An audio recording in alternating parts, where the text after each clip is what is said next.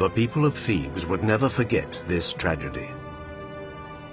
Nor the walls, nor the trees, nor the gods. For no mortal had ever known such a terrible fate. None more cruelly crushed by destiny.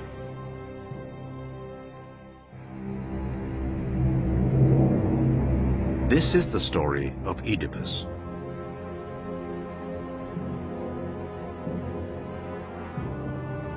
When the king Labdacus of Thebes died, his son Laius was only a year old. The child could have been entrusted to a tutor. A regent could have been appointed. But two impostors usurped the throne of Thebes, forcing the young Laius out of the city.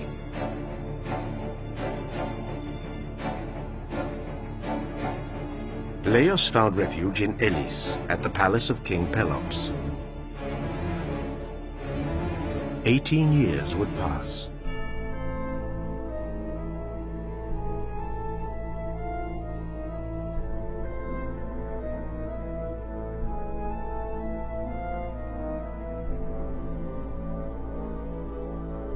King Pelops had a son, Chrysippus, whose education had been entrusted to his protege Laius. Chrysippus was a handsome boy. Laius's heart was overcome and he fell hopelessly in love with his pupil. Chrysippus rejected his advances. All he wanted from Laius was his friendship. So Laius set out to obtain by force what he had failed to obtain through seduction. And he abducted Chrysippus and raped him.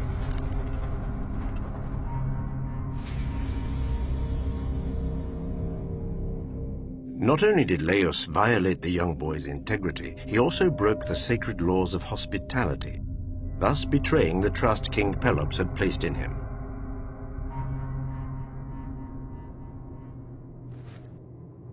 That evening, Chrysippus, overcome with shame, dared not return to the palace, so he took refuge in a barn, where he took his own life.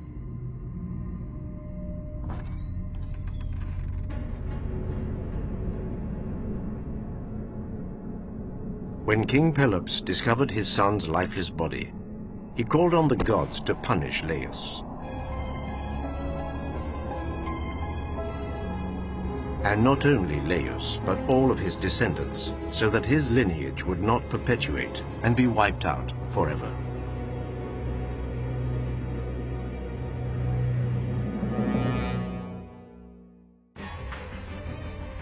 Horrified by the crime he had committed and terrified by the curse of Pelops, Laius fled. He returned to Thebes, where the two usurpers who had exiled him had died. The throne was vacant, and Laius could take it in full legitimacy. As his queen, he chose a young woman of noble descent. Her name, Jocasta. The months passed, then 1 year, 2. The king and his queen were still childless. The couple wondered, and the people gossiped. Laius decided to visit the temple of Apollo at Delphi to find out from the gods what he should do to have a son and heir. He had forgotten how Pelops had implored the gods to put a curse on him. But the gods never forgot so easily. The Pythia, the oracle of Delphi, announced to Laius, "Laius, ruler of Thebes, however hard you try to give your wife a child, the gods forbid it. If by some misfortune you do father a son, he will kill you." Laius was distraught. He was condemned to die by the hand of his own son. For the prophecy not to come true, he no longer visited his queen and contented himself with the company of young boys.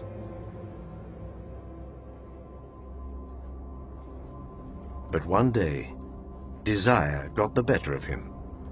and he slipped into the bed next to Jocasta.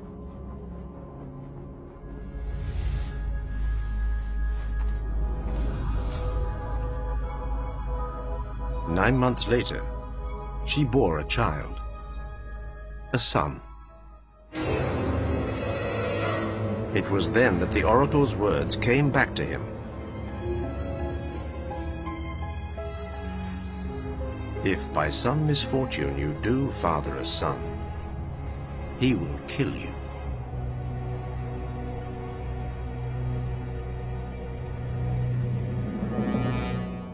Laius implored the pity of the gods while pacing the corridors of his palace.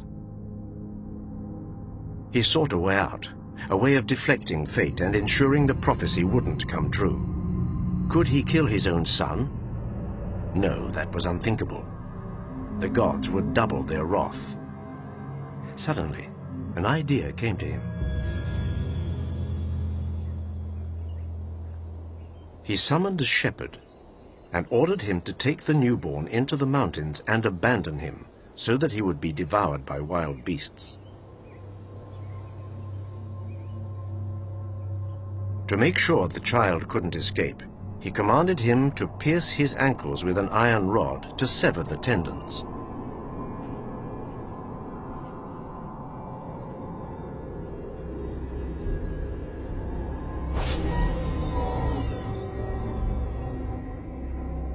A fate reserved for animals which you don't want to escape. The shepherd set off with the boy. He soon arrived at the edge of the dense forest of Mount Kithaeron. The child smiled at him. The shepherd hesitated. It wasn't in his heart to abandon a newborn in such a way. Just then, a man appeared. He was on his way to Corinth. The shepherd begged him to take the child with him. That way, he would be safe, far from Thebes and the murderous eyes of Laius. The man pondered for a while. Then he remembered King Polybus and Queen Merope, who reigned over Corinth. He knew that the royal couple were despairing at not being able to have a child. If the newborn survived the injuries to his feet, he might satisfy the king and queen, and the man might be given a reward. And indeed, when he arrived in Corinth and presented them with the boy, they were overjoyed. They immediately adopted him and named him Oedipus, which means swollen feet.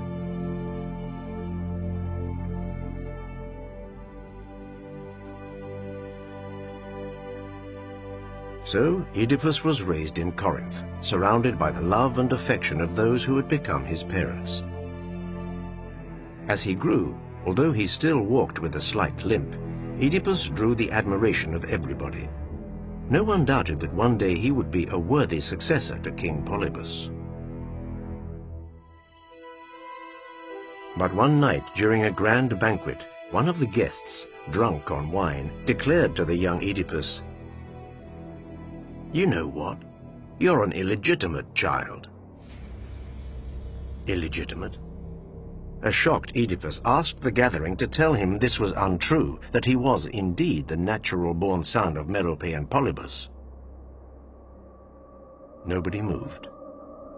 Eyes looked down.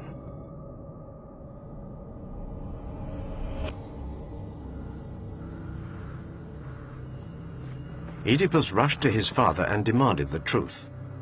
Polybus was troubled and reassured him as he could.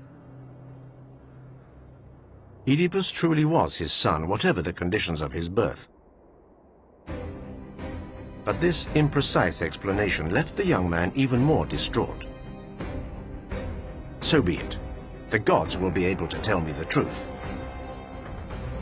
So Oedipus set off for Delphi to ask the oracle who his real parents were. But the oracle didn't tell him. On the contrary, the high priestess, the Pythia, announced the most terrifying and lamentable of fates. You will kill your father and sleep with your mother. Horrified, the young man decided not to return to Corinth. He wanted to flee as far away as possible, to put the greatest distance between himself and his beloved parents so that this terrible prophecy could never be fulfilled.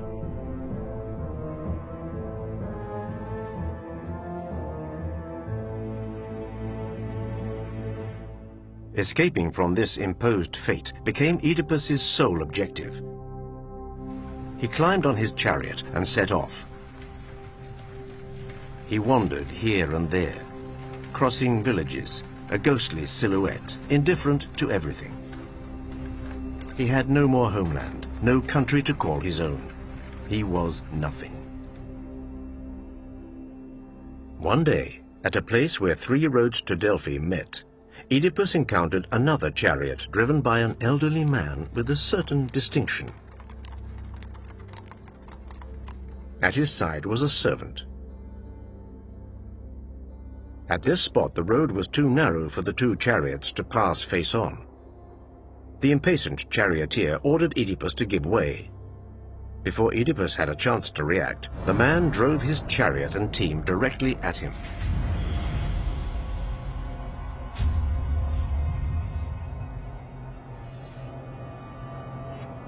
But that day, strength was on the young man's side. Oedipus drew his sword and plunged it into his opponent's entrails. It all happened so fast that the servant had no time to intervene.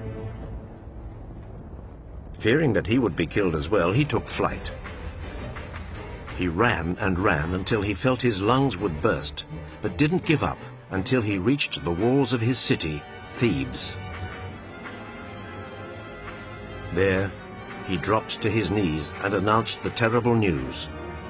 The king Laius, has just been assassinated. This misfortune only added to the climate of fear which had reigned for years over the city, because, not far from the gates of Thebes, a monstrous creature had taken up residence on a promontory. One of the most fearsome divinities of the underworld, the Sphinx. The Sphinx had a female head and bosom, but the body and haunches of a lioness, and the wings of an eagle.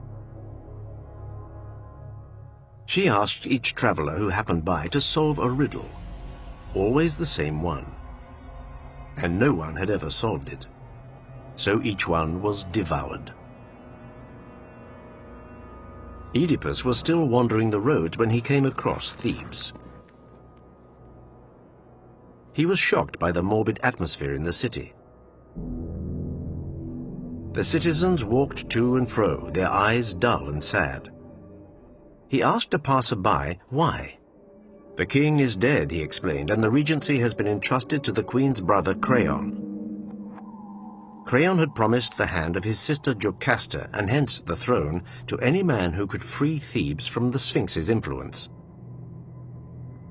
Hearing this, Oedipus saw a fine opportunity to put an end to his wandering by winning the heart of a queen and the throne. So he decided to confront the Sphinx.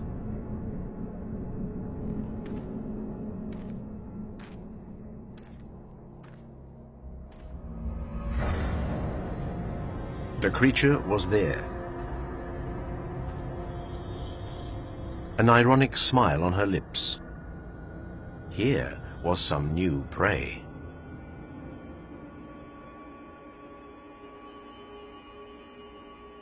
"Go ahead, I'm listening," shouted Oedipus. The Sphinx presented him with her riddle. Which creature has 4 feet in the morning, 2 at noon, and 3 at night? Oedipus put his mind to work. His life, which he risked losing, passed slowly before his eyes.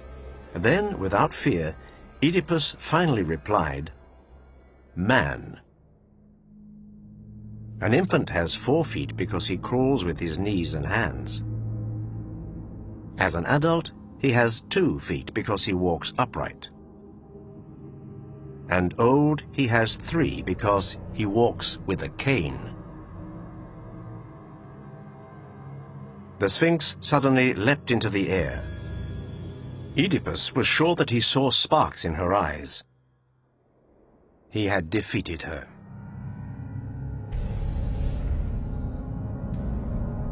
The creature flung herself off the promontory, falling to her death on the rocks below.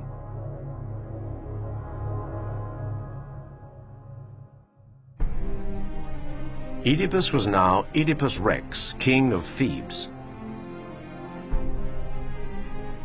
The years passed. Oedipus had married Jocasta as was agreed.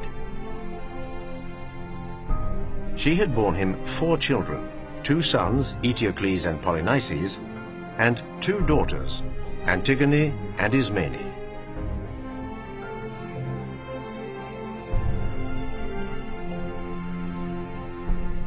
Oedipus had now reached the age of the charioteer he had killed one day. It was then that he was to face one final challenge, the most terrible of all. An appalling disease was spreading through Thebes, striking down both young and old. The women were giving birth to stillborn babies. So the people appealed to Oedipus, begging him to save them. He who had conquered the Sphinx would surely find a way to rid the city of this scourge. Oedipus left again for Delphi. The oracle might be able to enlighten him on the reasons behind this mysterious sickness. And the Pythia gave this answer to Oedipus. The reason plague has descended on your city is because its walls harbor an assassin, the murderer of King Laius. As long as he is not uncovered and chased out of the city, disease will spread until all are dead.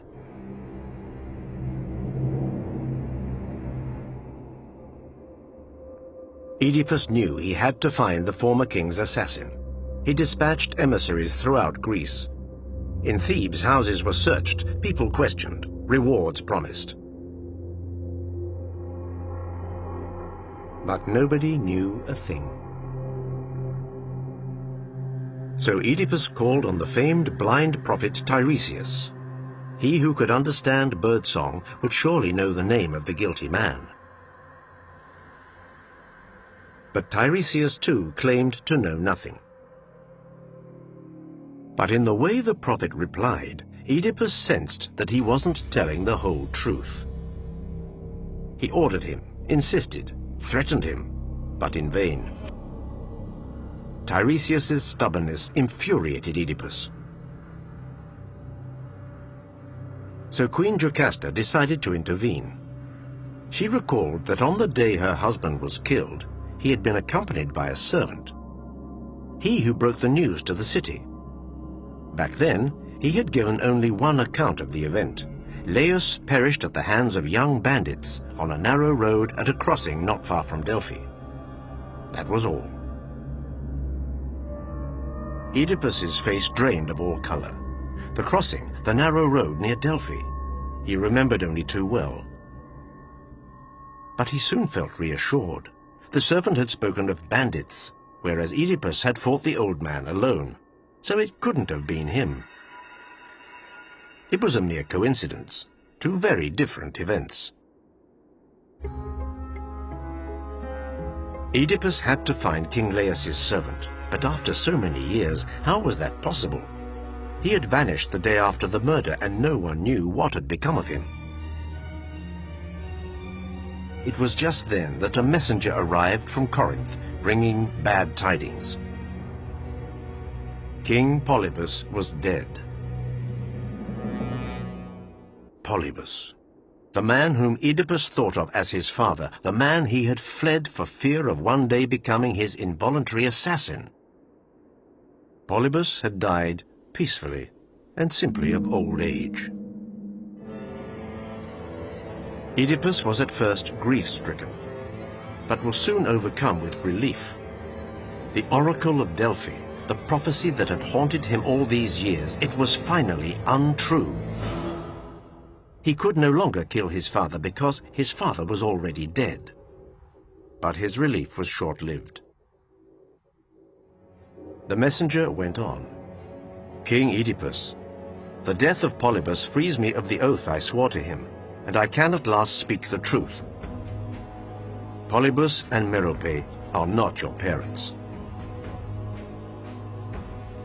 Oedipus was aghast. The messenger continued. It was I who took you and gave you to the royal couple, you, an infant with pierced ankles.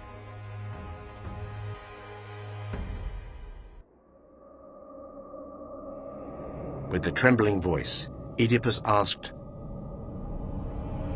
"But who was it who gave you this child?" Just then, an old shepherd dressed in rags burst through the crowd. He approached and murmured something in a low voice. Those close enough to hear froze in fright. "I recognize you, messenger of Corinth. Yes, it's you. It was I who entrusted you with the babe with pierced feet, whose father had condemned to a terrible death. But I didn't have the heart to abandon him to the wolves and the folk of the forest." Oedipus froze. "But this infant, who gave it to you?"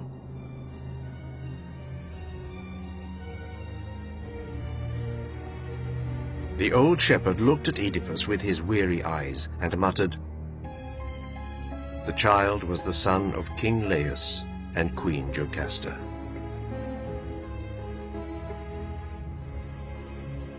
Jocasta heard everything. Her head spun. Now she finally understood. There was no doubt about it. Oedipus was her son.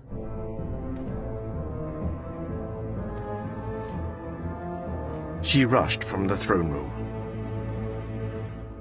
And so it came to pass that while he had done everything to avoid the prophecy made at Delphi, Oedipus had fulfilled it.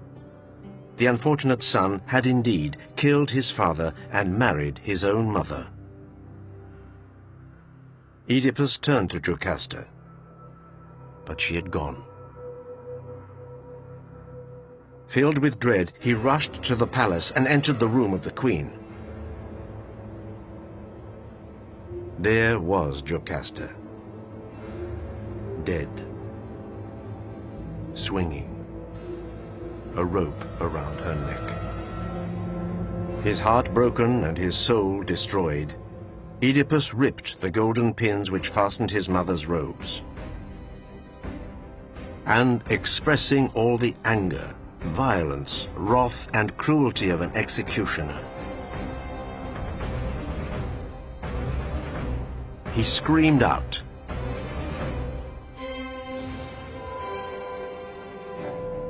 and he plunged the golden pins into his own eyes.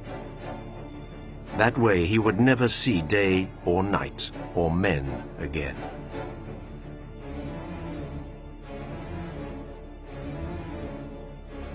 Oedipus left the city, accompanied by his daughter Antigone. He went into voluntary exile, a limping, blind man wandering the roads of Greece. He was victimized and chased out of towns and cities.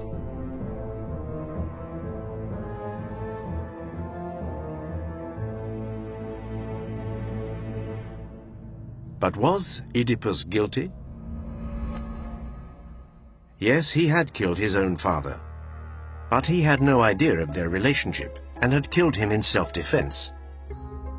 Yes, he had slept with his mother, but he had no idea who she was after his victory over the Sphinx. Wedding Jocasta was the reward he could not refuse. Destined to commit these crimes even before his birth, Oedipus had simply fulfilled his fate.